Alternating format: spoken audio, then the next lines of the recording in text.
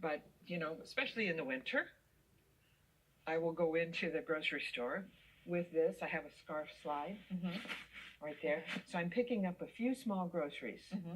Okay. And you always go out and the cashier. Right. And you say neither. And I say neither. And then the bitch go, watch. Put in whatever it is I'm getting. And there's all kinds of wraps that people use. There's different ways traditionally to fold up. Yeah, we could do 2 wine bottles and a cantaloupe if you like, There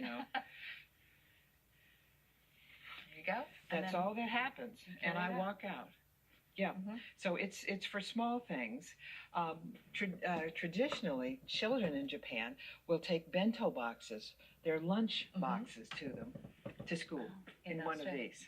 Yeah. Nice. So it's a useful thing, and I've kind of gone a little farther with it because I'm primarily a quilt maker, so mine are patchwork, and I do line them. So I don't think you have to do that by any means. It could just be a plain unfinished square of fabric. Yes, yes. But what's the fun in that? Well, as I said, these quilters, they can't get it again. So that I wear and use almost every week in one way or another. There's, you've seen my drawing. Want to look at the next Farashki. So this one would go over like this? Yep, that's on the right. Okay. And this is the piece of fabric that is my star. And you could design your own? Oh, absolutely. Yeah. Absolutely. And I think I'll get this out of the way. And there's the nice piece of sashiko. Beautiful. And that's a carp, a koi, a pet fish. Asian design. Right. And it's indicative of marital harmony. And I think that's because if the husband and wife are arguing, everybody forgets to feed the fish. So if you have nice, fat, happy carp in your garden, it's probably a harmonious household. Interesting. So this is the way the next one is going to look. Okay, so now let's go to the machine, and you can show me a little bit about how you would stitch this together. Okay. So one of these panels to the other. All right. I could sew these either by hand or machine. Okay. And the sewing is extremely simple. So on the back of this one, you'll see some machine sewing and some hand. But the thing is to cut the pieces carefully so you don't have to come back later and whack it off and just hope the measurements match. So I go by my drawing, which is drawn on graph paper, and I make all the notes I want myself.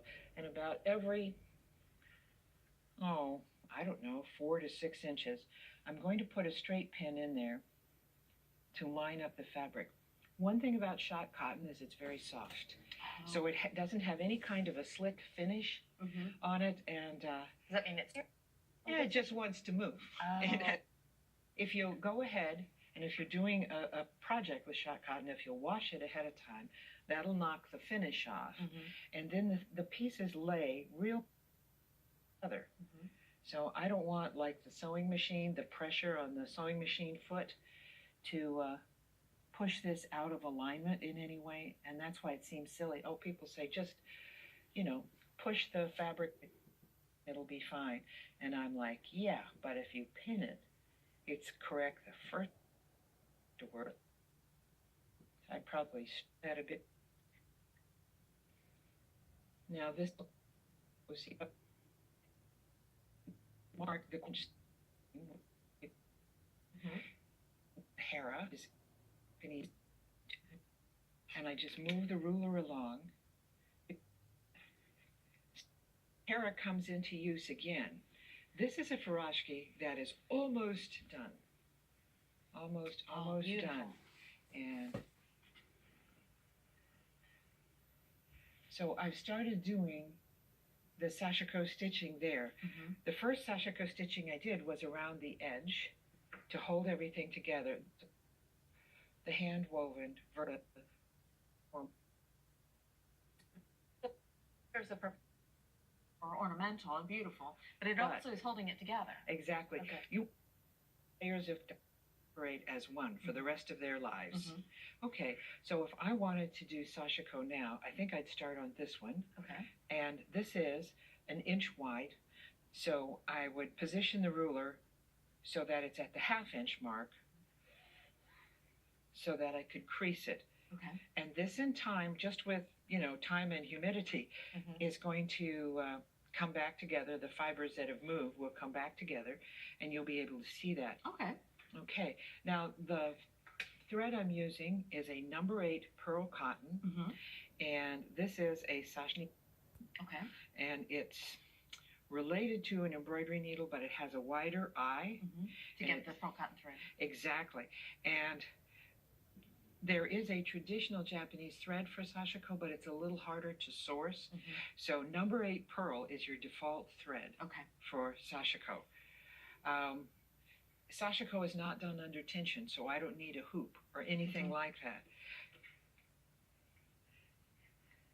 And I came in at the side, and now it's disappeared because I pecked a little hole there. And when you do sashiko, you can go ahead and crumple it in your hands. Doesn't matter.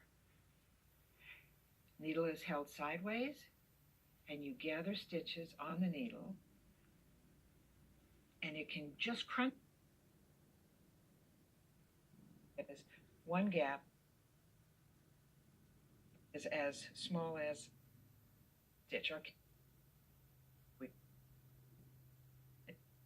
How the thumb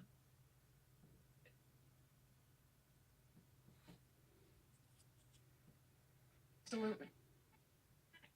Translate art forms into beautiful new art when you make time for contemporary quilting every day.